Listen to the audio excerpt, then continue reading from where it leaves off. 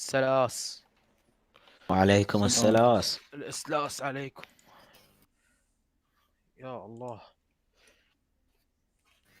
ليش وقفت الماسنجر والانستغرام وكل شيء؟ ما ادري. سيم قبل شويه ما كان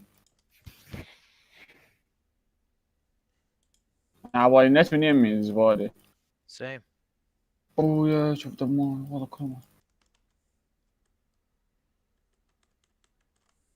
What is up guys, my name is Pete from the Gaming Careers YouTube channel and يا today شباب we're هل going to be هنالك looking at أحد OBS يلعب؟ Studio. As you can see in this scene, we've لا got العب انا. webcam, we've got our game, we've got an سجاد overlay ماذا and we've تفعل؟ got some text. أنني أنسم في اليوتيوب. يوتيوب.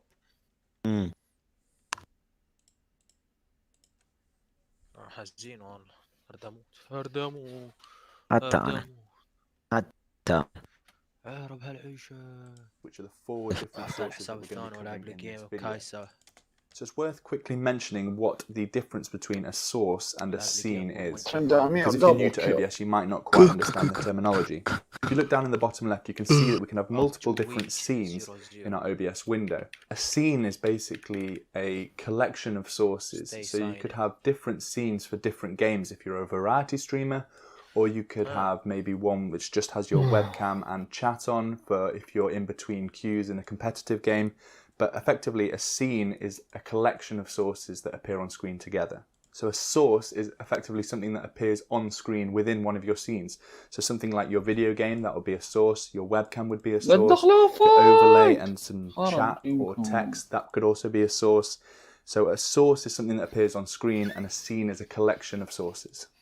So the first thing we're going to be covering in this video is how you add your video game to OBS. The first thing that you need to make sure that you have is your video game running on your computer. When you're in your video game, it's worth just quickly looking at your game settings. So if you go into your video options from within the game and see what you have selected for display mode. Typically, if you have it set to full screen, that should give you the best frame rates in-game, but it can give you some heavy delays when alt-tabbing. Which is probably something you're going to have to do a fair amount, especially if you only have a single monitor and you're going to want to be reading Twitch chat. If you are going to be alt-tabbing a lot, and you don't have a second monitor that you can quickly refer to, then you're probably going to want to set the game to run in a window. This basically makes the game seem like it's running full screen. It's actually running in a window, so you can alt-tab much quicker, but it will be at the expense of some FPS loss. So now you've got your game running. بس ترايد بريكر وراح تجيب الايتمات العاديه مالتك. هذا اسنس ريفر ابو الكريت وكولكتر وذول. better than others, and it completely depends on the game.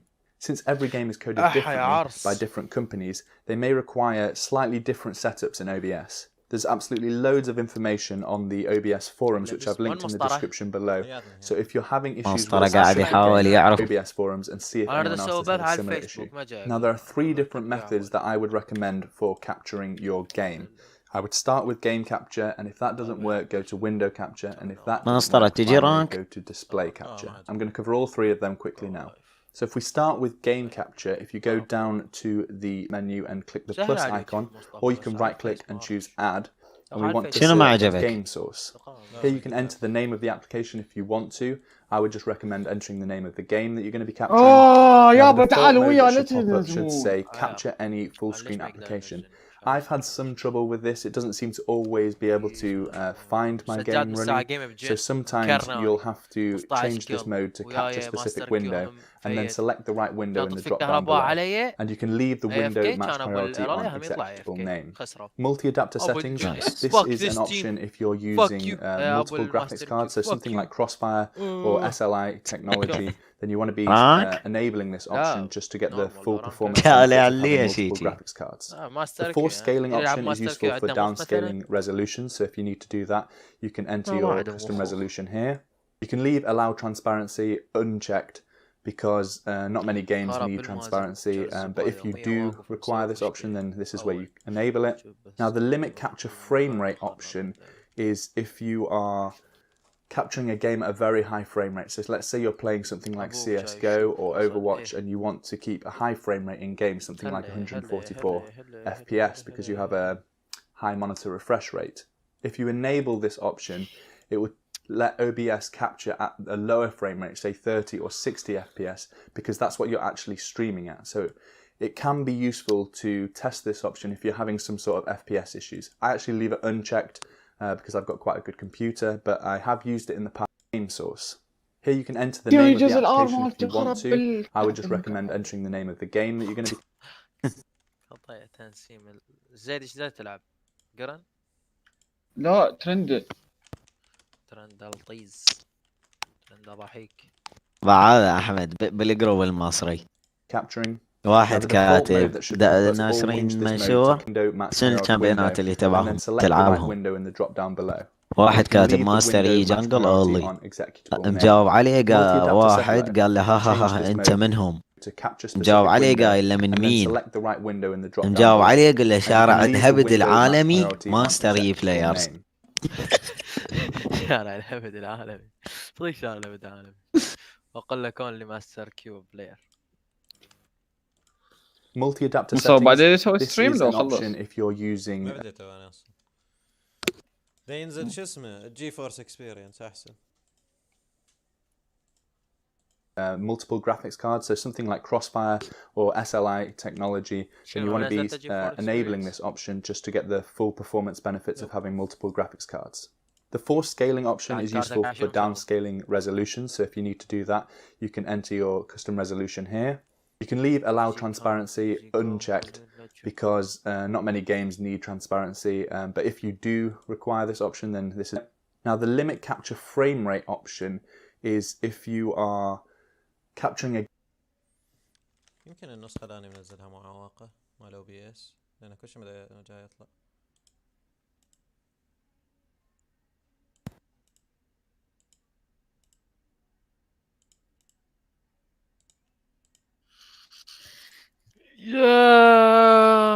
يا زينب. احمد تراب. خل اسوي يا رب ما حد يقبل لك سبت، يا رب ما حد يقبل لك سبت، يا رب ما حد يقبل لك سبت. شنو صفنة يم. والله العظيم صفنة عليك سبت. يلا خل اطلع ان شاء الله من جديد.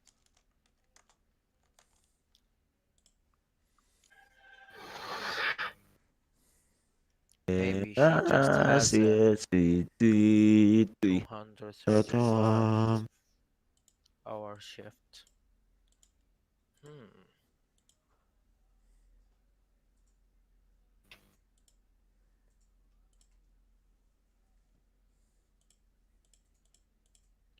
Easy come, easy go.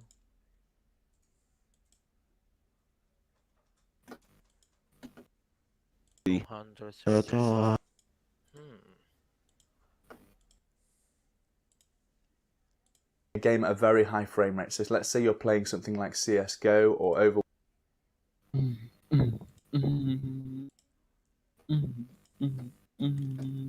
بعدك مسطرة بعدك تحاول تشوف شلون. لا مليت من هذا البرنامج. خل انتظر الجي فورس ينزل. يعني انت حدث الكارت مالتك؟ اي بس هو يعطي خيار داونلود جي فورس اكسبيرينس لو بدون. انا دائما اقول له بدون لما مستعمله بحياتي. شلون تلعب لعب مسطرة؟ شنو هالشي يسوي بي اصلا؟ لا استعمله ابدا.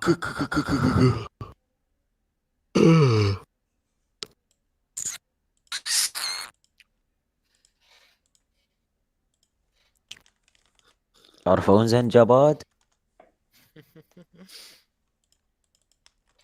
تعرف احمد؟ زنجباد. ما تعرف زنجباد؟ لا. هذا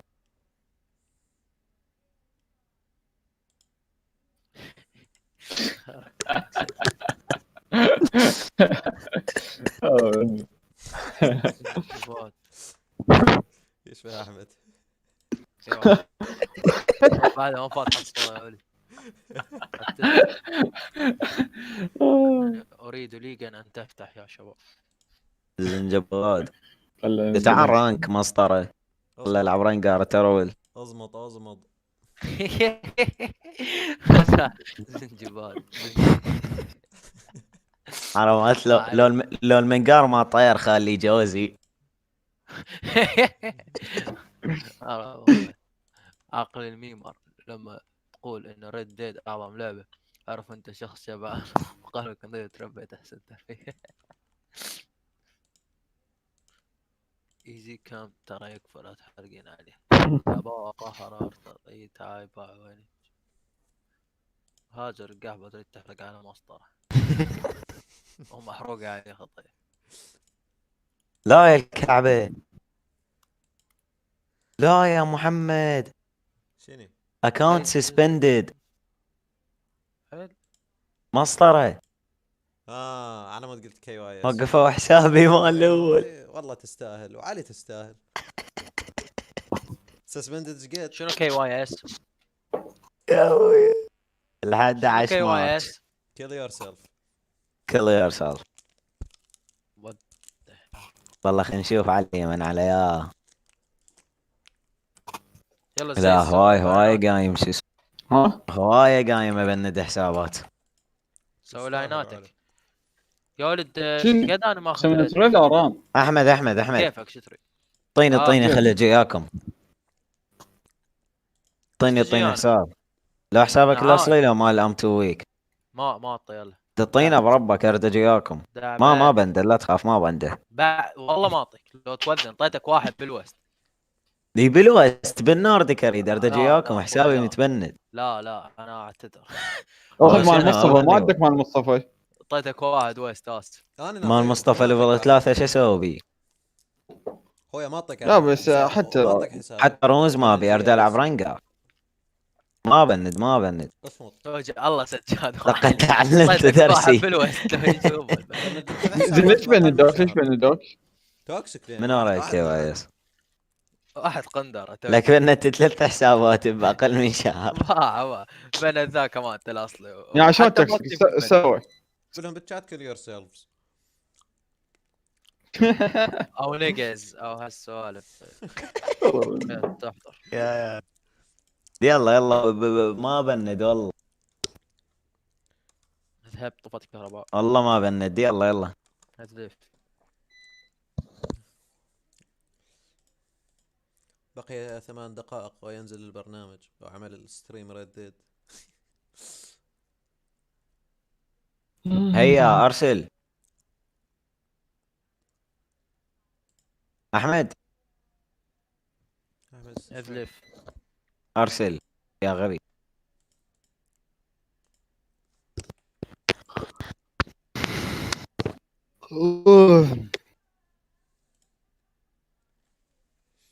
Chopstick came with a large low main actually for a nigga I ain't got no aim.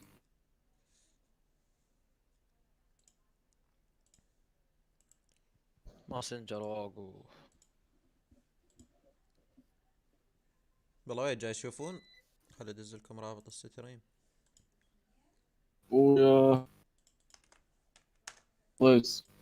ضز السلام عليكم.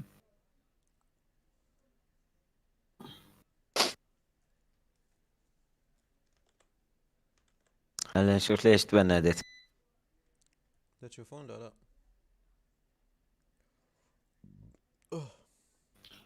بعد ما فتح الجوجل في السنة يلا يفتح. مسطرة تدر على يا جيم شو اسمه؟ اي مال رامه صغير. ايه عدو.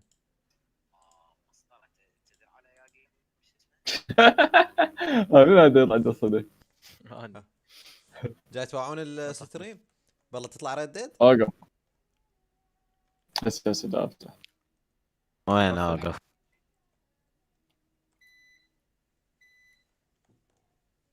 افتح. لا اي طلعت.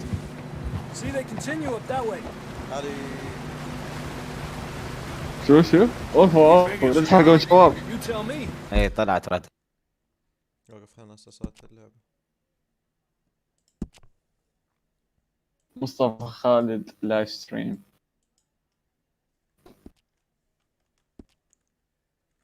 مشاهدان حاليا بدأ البث قبل 16 دقيقة. اعطيت لايك. صارت 3 لايكات هسه؟ عجب. ويت خلت اروح صار. ليش دا يقطع؟ يا مكلا من يعني ما كمل زايد؟ ليش دا يقطع؟ يا مكلا من يعني ما كمل زايد؟ هاي شنو صوتي دا يطلع بالستريم؟ اي مو فاتحين ديسكورد.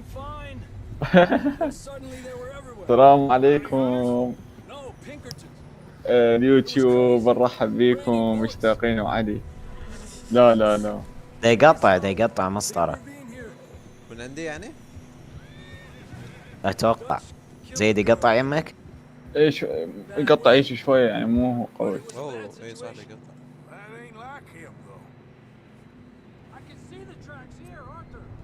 ليش هيك؟ انا لا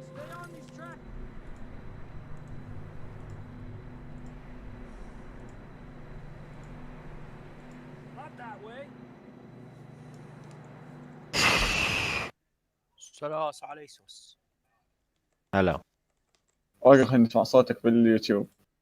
السلام عليكم. يا هسه يجيك. طلع مرة ثانية عمالي احمد يقول السلام عليكم. والله تحشيش. ما جاي يصير. اعتقد دا يقطع عندي لانه شو اسمه؟ لانه ويت فاتح داونلود. خلنا نجزي. مسطرة شلون سويت بث؟ وين سوي بث؟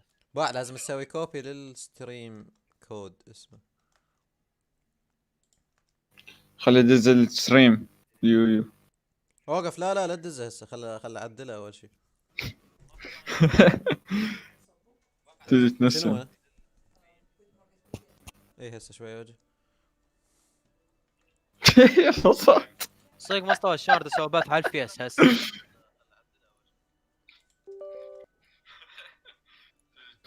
مع احتراماتي مسطر الشمس. اصمت يا احمد. نشرب قدام هسه لا بعد. لا زيد اصبر بس خل اعدل الهاي.